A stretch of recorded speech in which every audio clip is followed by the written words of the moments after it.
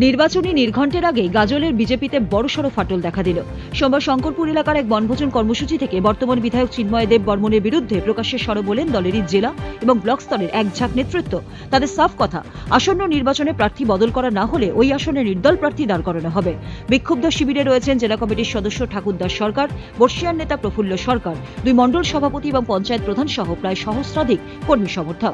তাদের অভিযোগ, বিধায়ক চিন্ময় দেব বর্মন সাধারণ মানুষের সঙ্গে যোগাযোগ রাখেন না, দলের দীর্ঘদিনের কর্মীদের সম্মানও দেন না।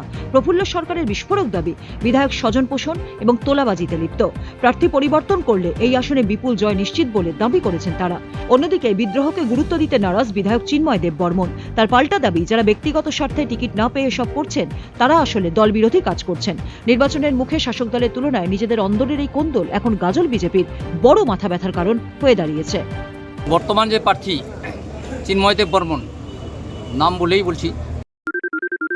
সোনাক্ষী, মশলা কোথায়?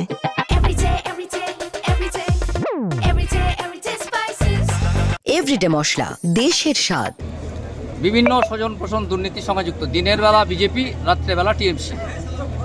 ওর এই বিধায়ক কালে কোথাও দেখলাম না তার উন্নয়নমূলক কোনো কাজ, কোথাও সব জায়গায় তোলাবাজি। এই প্রার্থী, পঞ্চায়েতে প্রার্থী ঠিক করতে গেলে মানে একটা সেটিং তত্ত্ব কাজ করে, সেট করে টাকা পয়সা নিয়ে। এই তার আচরণের জন্য সাধারণ যারা কর্মী, 80% কর্মী তার বিপক্ষে চলে গেছে আছে গাজলে। এই কারণে আমরা চাইছি এই পথ এখান থেকে ওকে হটাতে হবে। নতুন কোনো মুখ আসলে, যে আমরা পার্টির বিরুদ্ধে নই, পার্টি যাকে এখানে চয়েস করে দিবে তাকে আমরা জিতে দেখাবো। আমার নাম প্রফুল্লচন্দ্র সরকার। গাজল থেকে পঙ্কজ ঘোষের সঙ্গে গৌতম দাসের রিপোর্ট, উত্তরবঙ্গ সংবাদ।